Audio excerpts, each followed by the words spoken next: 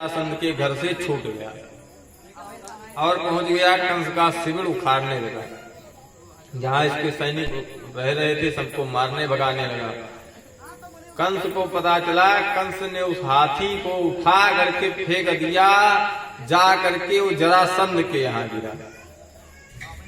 जरासंध ने पता लगाया भैया ये कौन इतना बलवान आ गया है, तो पता चला कि कंस है। तो कंस ने अपनी दो बेटियों का विवाह कर दिया। अष्टि और प्राप्ति नाम की दो कन्याएं हैं और दान में दहेज में वो हाथी दे दिया। महाराज ले जाओ, हमारे घर संभलता नहीं, तुम ही संभालो इसको।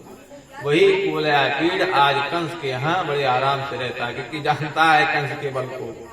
अब आज भगवान से पाला पड़ा है। अब वो दौड़ा मारने के लिए, तो भगवान छोटे से हैं और झट से उसी जो है पैर के बीच से निकल करके और भगवान पीछे पहुंच गए, पकड़ करके पूंछ घर्राया हाथी को पीछे। अब हाथी भी सोचा भैया कंस तो सूंड पकड़ा था, ये कोई आ गया पूंछ पकड़ने वाला, ये तो बड़ा और आता ही है। अब उसने क्या किया, भगवान के ऊपर पैर से प्रहार करना चाहा, लेकिन वो भी काम नहीं किया। भगवान झट से इधर से उधर निकल जाए। इस बार भगवान ने एक मुक्का मारा, हाथी गिर पड़ा। हाथी उठ करके सोचा कि अब दोनों दांत इसके जो है पेट में इस बार चुभा देंगे। खूब जोर से जांगल लगा करके भगवान को मारना चाहा। भगवान हट गए और जमीन पर दांत मारा, जमीन में घुस गया। दांत भगवान ने उसके दोनों तोड़ लिए, खून खच्चर हो गया। उसी हाथी के दांत से पीट पीट कर हाथी को समाप्त कर दिया। और एक दांत बलराम जी रख लिए कंधे पर और एक दांत भगवान कृष्ण, और दोनों लेकर के पहुंच गए कंस के अखाड़े। कंस जहां बैठा था वहां अखाड़ा लगवाया था। बड़े बड़े पहलवान थे और उन पहलवानों का अखाड़ा लगवाया था कि अगर सबसे बच करके आ जाएं तो तुम लोग इनको मार करके समाप्त कर देना।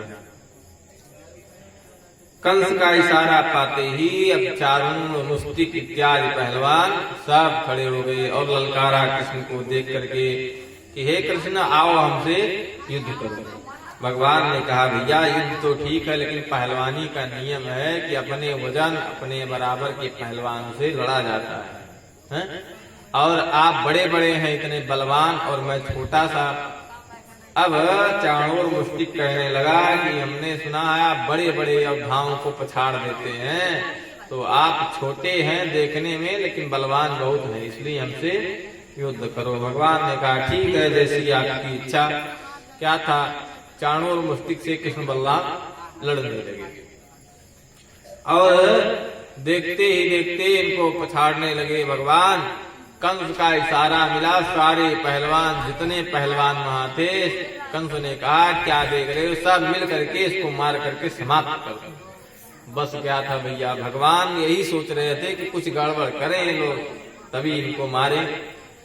अब जब सब लोग इकट्ठा हुए तो भगवान बलराम कृष्ण दोनों वही हाथी का दांत उठा लिए, उसी से पीट पीट करके सबको समाप्त कर दिया। और देखते ही देखते कंस ऊंचे सिंहासन पर बैठा था, उस कंस को दौड़ करके भगवान ने उसकी गर्दन को पकड़ लिया और चोटी को पकड़ लिया। भगवान ने कहा कि मामा तुमने मेरे भाइयों के साथ बड़ा अत्याचार किया है।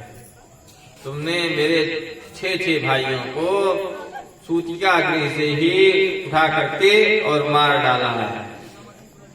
अब भगवान कहते हैं कि मैं तुमको उसका दंड अवश्य दूंगा।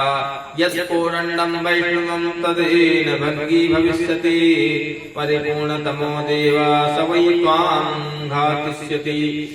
अब भगवान जो है क्या किए कि कंस को पकड़ करके उठा करके, और जैसे इनके भाई को कंस पटकता था वैसे उठा करके पत्थर पर पटके। भगवान नीचे पटके, कंस नीचे गिरा लेकिन प्राण ऊपर उड़ गए। बोलिए कंस मर्दन भगवान की। अब कंस के प्राण पखेरु उड़ गए। महाराज भगवान ने क्या किया कि भगवान गए और पहले तो अपने नाना को, यानी जरा जो कंस के पिताजी हैं सूरसेन, उनको कारागार से निकाला। उसके बाद जो है अपने माता पिता को कारागार से निकाल करके जा करके भगवान मिले, सबको मुक्त कराया। माता को पकड़ करके रोने लगे भगवान। माँ भी खूब रोई कि कृष्ण इतना बड़ा हो गया, 12 साल का बच्चा हो गया, लेकिन अभी तक जो है भगवान से इनकी मुलाकात नहीं हुई। मेरा बच्चा है, इतना दिन हो गया, जब जन्म लिया था तभी मैंने इसको देखा था। प्रेम उमड़ आया, भगवान ने दुग्ध पान किया था माता देवकी का। देवकी कहने लगी मैं सुनी कि तू भगवान है, मेरा एक ही इच्छा है कि अगर तू भगवान है तो मेरे उन 6 पुत्रों को एक बार तू फिर से दर्शन करा दे। भगवान की लीला, भगवान ने यमराज को आदेश दिया, यमराज ला करके भगवान के 6 पुत्रों को पहुंचा गए। छोटे छोटे 6 बालक भगवान के भाई। अब कृष्ण जिस दूध को पिए थे उसी दूध को पिए जब ये लोग, तो माता अपनी स्तनपान कराए, उससे भगवान के ही धाम को चले गए, क्योंकि भगवान का जूठा स्तनपान किया। भगवान की कृपा हुई। अब भगवान ने राज सिंहासन पर फिर से जो है अपने नाना सूरसेन को बैठा दिया। सूरसेन सब कहने लगे कि कृष्ण तू ही राजा बन जा, लेकिन भगवान ने कहा नहीं, मैं आपका पहरेदार बन करके रहूंगा और मैं बलराम जब तक हूं तब तक आपके ऊपर कोई नजर उठाकर देखेगा भी नहीं। भगवान जो है सूरसेन को राजा बना दिए और रहने लगे। अब वसुदेव जी ने सोचा बालक बड़ा हो गया है तो इसको भेजना चाहिए कहाँ पढ़ने के लिए, गुरुकुल, क्योंकि भैया माता पिता का कर्तव्य है अपने बच्चों को अच्छी शिक्षा, अच्छे संस्कार देना। अब इस प्रकार जो है सोच करके और भेज दिया कि जाओ गुरुकुल। कहाँ भेजा? सांदीपनी ऋषि के आश्रम में। बोले वृंदावन बिहारी लाल की। अब सांदीपनी ऋषि के यहाँ गुरुकुल चलता है और उस गुरुकुल में बहुत सारे विद्यार्थी पढ़ते हैं। संदीपनी मुनि हैं, उनके यहाँ पढ़ने भगवान गए उज्जैन नगरी में। निःशुल्क गुरुकुल चलता है, कोई पैसा नहीं, बच्चे सब रहते हैं जाकर के। कोई राजा का बेटा है तो कोई भिखारी का, किसी से कोई भेदभाव नहीं है, सब लोग एक साथ गुरुकुल में पढ़ते थे। लेकिन बीच में जो है कुछ लोगों ने ऐसा अफवाह उड़ा दिया, ऐसा धर्म को तोड़ने के लिए ऐसा ऐसा कार्य किया है कि महाराज कहना ही क्या है। निषाद राज जो थे वो तो कौन थे?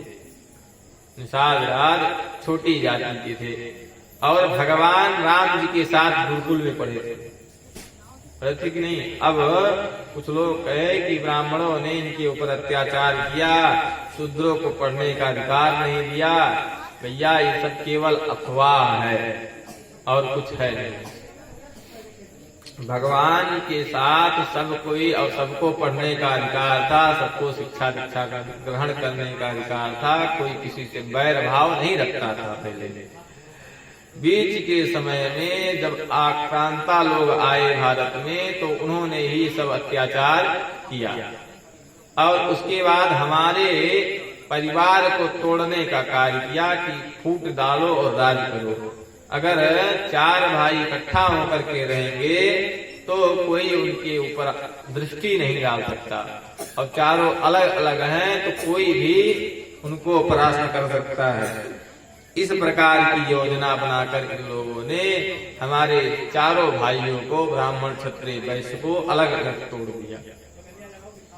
कहते हैं एक गुरु के कई शिष्य थे, सब आपस में झगड़ा करते थे। एक दिन गुरु जी ने गट्ठर लकड़ी मंगाई और उस गट्ठर को दिया, कहा बांध दिया, कहा भैया इसको तोड़ो, किसी से ना टूटे। फिर एक एक लकड़ी निकाल के दी, सबने तोड़ दिया। तो कहा संगे कल एवं शक्ति, कि संग में ही शक्ति है। अगर आप संग में रहेंगे तो कोई आपके ऊपर गलत दृष्टि नहीं डालेगा। प्यारे, अब किसी से कोई भेदभाव नहीं रखता था पहले, सबका बराबर हकता, बराबर अधिकार था शास्त्रों में। कोई ऐसा दुर्व्यवहार किसी के साथ कोई करता नहीं था। लेकिन ये गलत संदेशा फैलाया गया। भगवान के साथ सुदामा जी पढ़ने गए, गरीब ब्राह्मण है सुदामा, और भगवान राजा के बेटे हैं। साथ में भगवान ने 64 दिन में 64 प्रकार की विद्याएं ग्रहण सीख ली। जितनी 64 दुनिया संसार में जितनी विद्या है वो 64 ही है। 64 में ही जितने प्रकार के काम काज आते हैं वो सब उसी में है। कोई कलाकारी हो, कोई कार्य हो, सब भगवान करना जानते हैं। अब भगवान जो है क्या किए कि 64 दिन में 64 विद्याएं सीख ली। गुरु से विदा मांगने लगे, गुरु जी हमको विदा कीजिए। देखिए, सुदामा जी यहीं पर भगवान के मित्र बने और सुदामा जी ने भगवान की दरिद्रता ग्रहण की।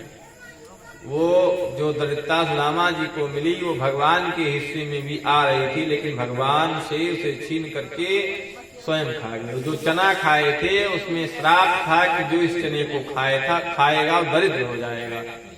अब दो मित्र हैं, एक दरिद्र होगा एक धनी होगा तो एक दूसरे की मदद कर सकता है, लेकिन अगर दोनों दरिद्र हो जाए तो मदद कौन करेगा। तो इस हिसाब से सुदामा ने सोचा कि मेरे मित्र को कष्ट ना हो, स्वयं उस चने को खा गए। और महाराज भगवान ने भी क्या किया कि तीनों लोक का राज सुदामा जी को भेंट में दे दिया। तो ऐसे मित्र होते हैं। मित्रता की मिसाल देनी है तो कृष्ण और सुदामा की ही दी जाती है, क्योंकि सुदामा ने कृष्ण के लिए दरिद्रता स्वीकार की। कई साल तक दरिद्रता का भोग भोगा, तो भगवान के पास जब गए तो भगवान ने तीनों त्रिलोक का सुख दे दिया कि मित्र ले जाओ, ये तीनों त्रिलोक का राज है, तुम भोगो। महाराज ऐसी मित्रता होनी चाहिए। अब जब भगवान जाने को उद्धृत हुए कि अब अपने घर लौट करके जाएं गुरुकुल से, तो गुरु माता रोने लगी। गुरु जी से कहा, गुरु जी अब हम जाने वाले हैं। पिताजी ने कहा है कुछ दक्षिणा दे करके गुरु जी को तब आना, क्योंकि गुरु से शिक्षा सीखने के बाद उसको कुछ गुरु दक्षिणा देनी चाहिए। अब गुरु जी ने मना कर दिया, भैया मेरे यहाँ कोई दक्षिणा नहीं है, मैं कुछ लेता नहीं, तुम्हारी इच्छा। गुरु माता से जाकर के पूछ लो। गुरु माता से विदा लेने आए, गुरु माता रोने लगी। भगवान पूछे, मैया रो क्यों रही हो, कुछ तो बताओ। मैया ने कहा कि कन्हैया तुम जब से आए थे तब से मैं अपने पुत्र को भूल गई थी। अगर मेरा पुत्र आज जिंदा होता तो तुम्हारे जैसे होता। भगवान ने कहा, क्या आपके भी कोई पुत्र था? मैया कहती कि हाँ, तुम उन्हें लाकर दे सकते हो तो दक्षिणा में मुझे मेरा पुत्र दे दो। देखिए, जो जैसा हो उससे वैसा चीज भी मांगना चाहिए। जानती कि समर्थ है, भगवान है, कुछ भी कर सकते हैं।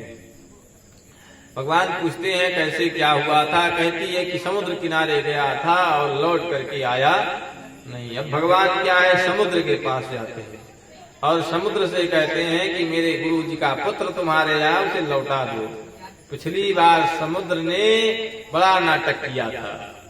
जब राम जी बन करके भगवान आए थे तो कहते 3 दिन तक भगवान राम समुद्र के आगे बैठ करके तपस्या किए। और उसके बाद क्या कहे, विनय न मानत जड़ जल गए 3 दिन बीत, बोले राम सकोब तप भय बिन होय न प्रीत। हे लक्ष्मण लाओ बाण, अभी इसको सुखा दो, इसको भय नहीं है तनिक भी, और कोई भय के बिना प्रेम नहीं करता है। अब ये तो जड़ है। समुद्र प्रकट हो गया और भगवान से क्षमा याचना किया कि प्रभु हम तो जड़ है ही। और समुद्र ही कहा कि शूद्र गवार ढोल पशु नारी सकल ताड़ना की अधिकारी। अपनी भर्त्सना करने के लिए कहा कि मैं गंवार हूँ, मैं शूद्र हूँ, मैं जड़ हूँ, और ऐसे लोग दंड के अधिकारी होते हैं। तो आप मुझे दंड दीजिए, उसमें कोई बात नहीं, लेकिन आपके ही बनाए हुए नियम का मैं पालन कर रहा हूँ। अच्छा भैया, इस पे बड़ी चर्चा होती है। इस चौपाई पर आजकल बहुत भयानक राजनीति भी हुई है। हाँ, राजनीति हुई। और शूद्र केवल एक जाति ही नहीं है, शूद्र एक जो कोई छोटा काम करे उसे शूद्र कहते हैं, क्षुद्र कहते हैं। ठीक है कि भैया बहुत क्षुद्र बुद्धि है कि नहीं। अब जो छोटा कार्य करे उसे शूद्र कहते हैं। और गंवार भैया ऐसे मानते नहीं है। गंवार हो, वज्र गंवार देहाती हो तो कहना तुम्हारा कुछ सुनने वाला नहीं है। और नारी के विषय में कहा गया, तो नारी के विषय में भी जो ताड़ना का शब्द आया, और ताड़ना का भी एक अर्थ नहीं होता है। जब से ये राजनीति हुआ तब से तो इसका और व्याख्या हुआ है। जैसे बदायूं इत्यादि जिले में चले जाइए तो कहते हैं तुम्हें ताड़े हैं भैया, हम तुम्हें ताड़ी से तुझैया हमरे यहाँ आई वो एक दिन बताइए हैं। तो ताड़े मतलब कि हम तुम्हें देखे हैं। ठीक है। और पति का कर्तव्य है कि अपने पत्नी के ऊपर निगाह रखे, और पत्नी का कर्तव्य है अपने पति के ऊपर। विवाह होता है तो जब साध वचन होता है तो कहा जाता है कि आज के बाद हम पर पुरुष को नहीं देखेंगे। पत्नी कहती है कि हम दूसरे किसी के बारे में कुछ सोचेंगे नहीं, किसी पुरुष के साथ कोई हंसी मजाक भेदभाव नहीं करेंगे, मतलब हम अपने पति को ही सर्वस्व मानेंगे। और पति भी कहता है मैं किसी स्त्री के साथ कुछ करूंगा नहीं। तो पति और पत्नी का धर्म होता है। अब इस प्रकार जो है अपने धर्म का पालन करना भी उतारना हो गया। और ढोल को ताड़ना मतलब कसना भी होता है। ढोल कसा ना जाए तो आवाज नहीं आएगी है? और आवाज आएगी तो उसको पीटना पड़ेगा तभी आवाज आएगी, है कि नहीं। उस पे थाप तो देना ही पड़ेगा। और गंवार को अगर दंड नहीं देंगे तो समझेगा हैं। इस प्रकार जो है इस चौपाई का अर्थ। तो समुद्र पिछली बार जो है भगवान के साथ खूब किया था, इस बार समुद्र समझ गया था कि भगवान ये राम नहीं है, ये कृष्ण है। अब इनके साथ छेड़खानी अच्छा नहीं, तुरंत बाहर आया और कहा प्रभु ऐसा है मेरे अंदर एक राक्षस है शंखासुर, मैं तो नहीं जानता, अगर वह लेकर आया हो तो आप उसी से मिल लीजिए। भगवान क्या किए, शंखासुर को बुलाया। शंखासुर आया, खूब विशालकाय रूप में प्रकट हुआ और भगवान शंखासुर को मार करके समाप्त कर दिए। और पांचजन्य नाम था उस शंख का, भगवान ने उस शंख को ग्रहण किया। बोले पांचजन्य भगवान की। अब भगवान उसी शंख को हाथ में रखते हैं और वही शंख भगवान बजाते हैं। पांचजन्यम ऋषिकेशम देवदत्तम धनंजयः। गीता में आता है भगवान के शंख का नाम पांचजन्य है, अर्जुन के शंख का नाम देवदत्त है। भगवान उसी शंख को लेकर गए और पहुंच गए यमराज के। और शंख बजाया, यमराज दौड़े दौड़े भागे भागे आए। भगवान की सेवा किया, पूछा प्रभु किस लिए यहाँ आना हुआ। भगवान से यमराज पूछते हैं। भगवान ने कहा मेरे गुरु का पुत्र आया है आपके यहाँ। अब यमराज ने देखा कौन आया, कब आया, कैसे आया, पोथी खोली गई, छानबीन हुआ, पुत्र मिला। भगवान ने कहा इसे हमें दे दो। यमराज ने कहा प्रभु इसके कर्म। भगवान ने कहा जब मैं कह रहा हूं तो कौन कर्म है?